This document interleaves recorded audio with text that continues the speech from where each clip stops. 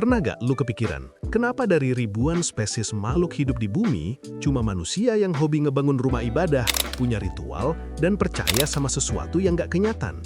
Kucing gak pernah sembayang, monyet gak punya konsep akhirat. Cuma kita, manusia, yang secara konsisten di setiap penjuru dunia, dari suku pedalaman Amazon sampai orang kota di New York, punya sistem kepercayaan. Faktanya, ada ribuan agama di dunia ini. Tapi kalau ditarik benang merahnya, ada pola psikologi yang menarik banget buat dibahas. Kenapa fenomena ini selalu muncul? Apakah otak kita emang diprogram buat mencari sesuatu yang lebih besar dari diri kita? Hari ini, kita bakal bedah tuntas sejarah dan sisi psikologis di baliknya. Kita bakal lihat gimana insting bertahan hidup manusia purba, faktor geografi, sampai kebutuhan mental kita akan sebuah makna saling bekerja sama membentuk apa yang kita sebut sebagai agama. Siapin kopi, karena perjalanan ini bakal ngebuka mata lu.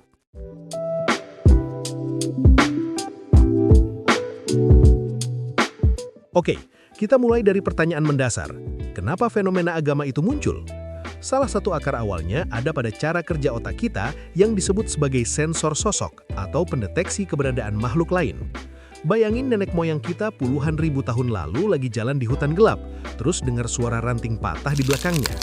Ada dua pilihan di otaknya. Satu, itu cuma angin. Dua, waduh, itu ada makhluk atau kekuatan gaib yang lagi ngikutin gue. Manusia yang pilih nomor satu, santai, biasanya bakal punah kalau ternyata itu beneran macan. Tapi manusia yang pilih nomor dua, waspada, bakal selamat. Inilah yang bikin manusia yang bertahan hidup sampai sekarang adalah mereka yang punya kecenderungan buat ngeliat niat atau sosok di balik kejadian alam. Pas ada badai besar, otak kita nggak cuma lihat itu sebagai perubahan cuaca, tapi ada rasa kalau sesuatu lagi marah.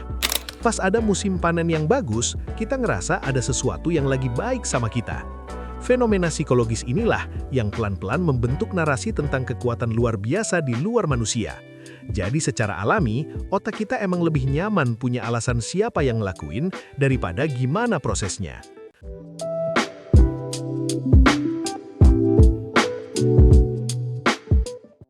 Nah, kalau akarnya mirip, kenapa bentuk agamanya beda-beda banget? Jawabannya ada di interaksi antara manusia dan alamnya. Zaman dulu, geografi adalah penentu segalanya. Orang yang tinggal di padang pasir yang keras, panas, dan berbahaya cenderung punya gambaran tentang kekuatan yang sangat tegas, disiplin, dan punya aturan moral yang kaku. Kenapa? Karena di lingkungan sekeras itu, kalau kelompok lu nggak disiplin, lu semua bakal maki. Beda lagi sama kelompok manusia yang tinggal di pulau tropis yang subur, di mana makanan tinggal petik dan air melimpah. Kepercayaan mereka biasanya lebih santai, penuh dengan simbol keindahan alam dan dewi-dewi yang sifatnya lebih ramah. Jadi keragaman agama di dunia ini adalah bukti betapa hebatnya manusia beradaptasi dengan lingkungannya. Kita menerjemahkan rasa syukur dan rasa takut kita lewat apa yang kita lihat di depan mata setiap hari. Inilah kenapa cerita di tiap daerah punya logat dan warna yang beda-beda.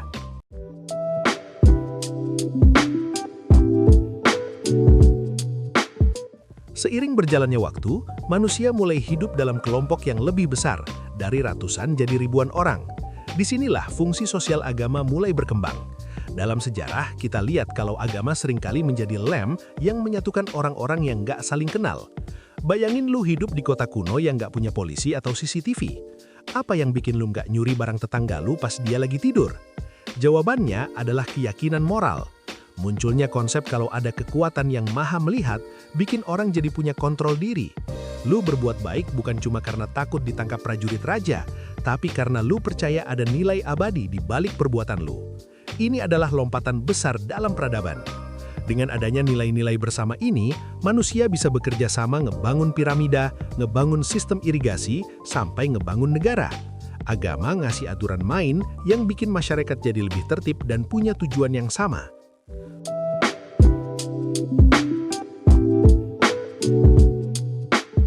Perlu dicatat nih, Ngap. Penjelasan soal psikologi, sejarah, dan pengaruh lingkungan ini nggak otomatis berarti kalau apa yang dipercaya itu cuma hayalan. Ilmu psikologi dan sejarah cuma bertugas menjelaskan kenapa manusia punya kecenderungan buat percaya dan gimana kepercayaan itu nyebar. Soal apakah wahyu itu beneran ada atau apakah Tuhan itu nyata secara absolut, itu udah ada di ranah lain, yaitu ranah iman dan filsafat. Jadi apa yang kita bahas ini adalah sisi manusianya. Karena bagaimanapun, manusia adalah makhluk yang sangat kompleks. Kita punya sisi biologis, sisi psikologis, tapi banyak juga yang ngerasa punya sisi spiritual yang nggak bisa dijelasin cuma pakai angka-angka statistik. Biar nggak salah paham, kita lanjut lagi bedah kabel otak kita. Sambil dengerin pembahasan ini, gue mau tahu pendapat lu nih. Menurut lu, apa sih hal yang paling bikin manusia ngerasa butuh buat percaya sama sesuatu yang lebih besar dari dirinya? Apakah karena rasa takut, rasa syukur, atau emang ada alasan lain? Coba tulis di kolom komentar ya. Kita diskusi santai tapi tetap pakai logika. Dan buat lu yang suka konten bedah psikologi yang bikin open-minded kayak gini, jangan lupa klik subscribe dan like-nya. Dukungan lu bikin gue makin semangat buat riset materi yang daging kayak gini. Lanjut.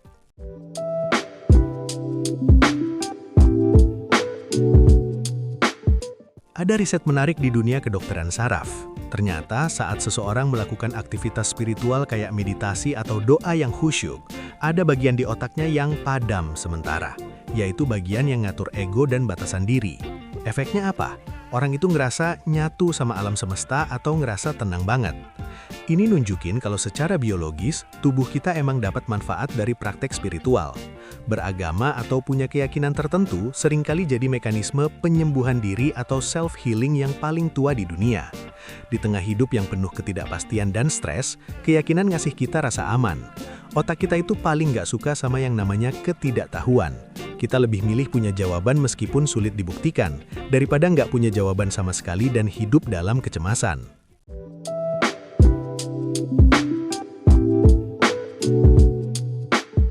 Lu pernah nggak ngerasa kalau ikut ritual atau upacara bareng banyak orang itu ada aura yang beda? Entah itu nyanyi bareng di tempat ibadah atau sekedar doa bersama.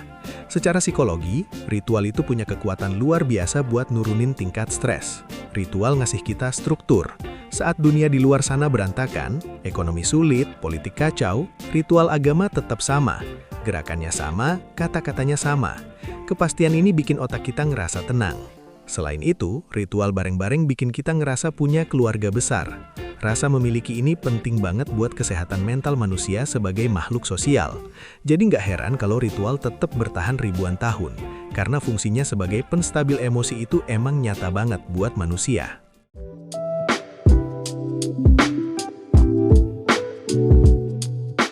Banyak yang dulu ngeramalin kalau sains makin maju, manusia bakal ninggalin agama. Tapi nyatanya, sampai sekarang peradaban modern tetap sangat religius. Kenapa? Karena sains jago banget jawab pertanyaan gimana. Tapi sains angkat tangan pas ditanya kenapa. Sains bisa jelasin gimana alam semesta terbentuk, tapi sains nggak bisa kasih tahu lu apa makna hidup lu. Manusia nggak bisa hidup cuma pakai data dan angka. Kita butuh narasi, kita butuh cerita, dan kita butuh harapan. Agama ngasih jawaban buat pertanyaan-pertanyaan yang nggak bisa dijawab di laboratorium. Soal kematian, soal keadilan yang belum tuntas di dunia, dan soal cinta yang tulus. Selama manusia masih punya hati yang bisa ngerasa sedih dan punya pikiran yang bertanya-tanya soal makna hidup, selama itu juga spiritualitas bakal tetap jadi bagian penting dari peradaban kita.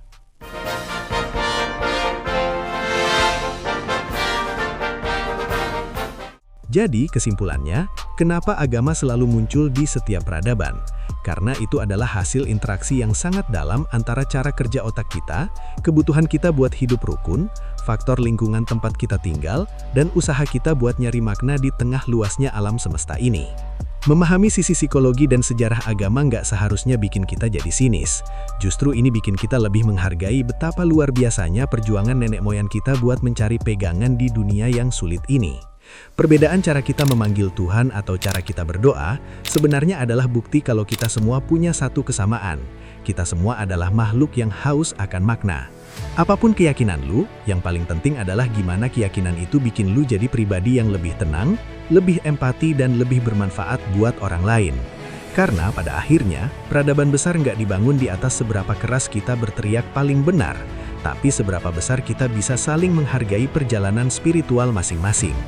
Makasih udah nonton video ini sampai habis. Semoga pembahasan kali ini nambah wawasan dan bikin hari lu lebih adem. Gue Aliul Munif dari Kecoa Elektrik, tetap bijak dan tetap penasaran. Sampai jumpa di video berikutnya. Cabut dulu.